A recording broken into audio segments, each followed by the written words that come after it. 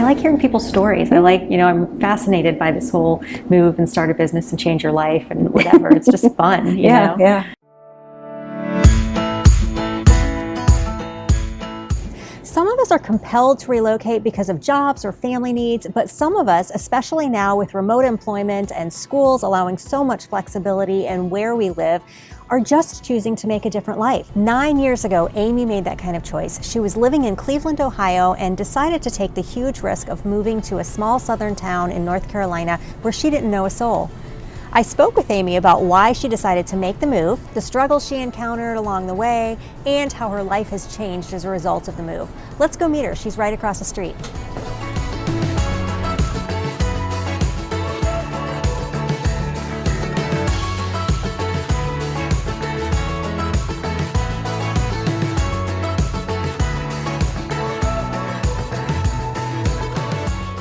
We moved to North Carolina in 2012, January, so it's been exactly almost 9 years. We moved from Cleveland, Ohio area. So in Cleveland, I was practicing law for about 15 years while raising 3 daughters, so it was pretty hectic, working full-time and keeping up with their activities. Girls that were competitive ice skaters, so the day started very early with them getting up at about 4:30, well, all of us getting up at about 4:30 in the morning. Yeah, early start to the day. So what got you started thinking about relocating? So our oldest daughter was going to college in North Carolina, Catawba College, and playing golf. We wanted to be a little closer, but we had always looked towards something a little bit further south for the better weather. So that was what we were striving for, and it just kind of was further incentive to be closer to our daughter.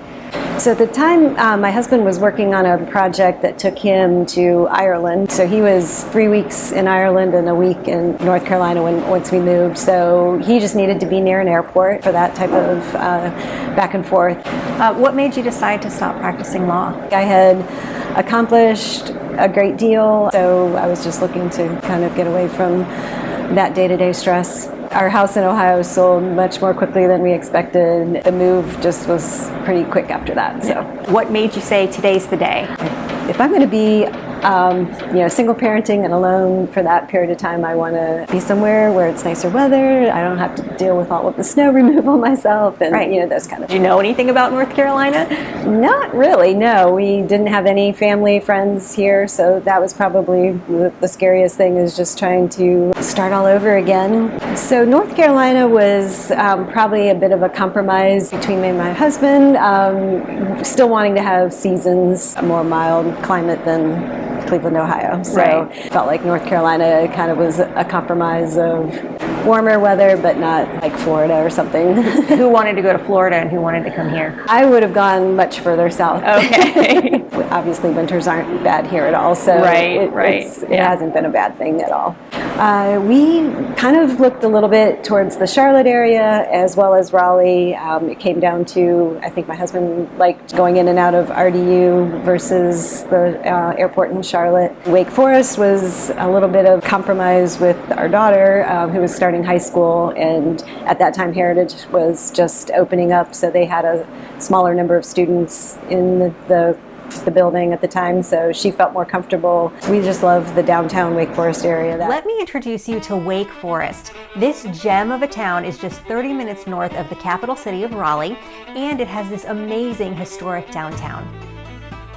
You will find everything here, from local restaurants and breweries to antique stores, a coffee shop with incredibly friendly baristas, a candy store, a really cool general store where you can purchase locally produced products, and even a real live old-fashioned hardware store. Southeastern Seminary is connected to the downtown, giving it a little bit of a college vibe. Just remove the naked lawn-streaking students and add a button-down shirt. Of course, there are many modern shopping developments in the town and several master-planned golf communities with houses ranging from the $200,000 townhomes to $1 million estate-styled homes. Wake Forest sits right next to Falls Lake and the Neuse River. There's a canoe launch, a fishing pier, and plenty of parking. The Neuse River Greenway provides miles of biking and hiking trails. What do you miss the most about home? Family. Yeah, 100% friends and family. Okay, so tell me how life has changed. Definitely the biggest thing is just the outdoor activities, and on a year-round basis, being able to, just get outside, take a walk, ride my bike, do something to enjoy the outdoors. Definitely is more of a part of my life here than it was in Ohio. Yeah. The neighborhood we moved into was still under construction. Everybody was moving in right around the same time. It just was very easy to connect with people in that situation. Got a great network of friends in the process, then branch out from there and widen the circle. So I had a friend who encouraged me to train for a triathlon with her, and so we did do that together. And okay, so you're not an attorney anymore. Tell me what you do now. So I own a wine shop and yoga studio. So we are Unwind on White in downtown Wake Forest, and we're a yoga studio 7 days a week, but as well we do a lot of wine tastings, wine dinners, just have a lounge area where people can come and enjoy a yoga class and then a glass of wine after that. We have a rooftop bar, so there's usually lots going on here at Unwind. So what made you open a wine shop? I mean, it's very different than being an attorney. Yes, absolutely.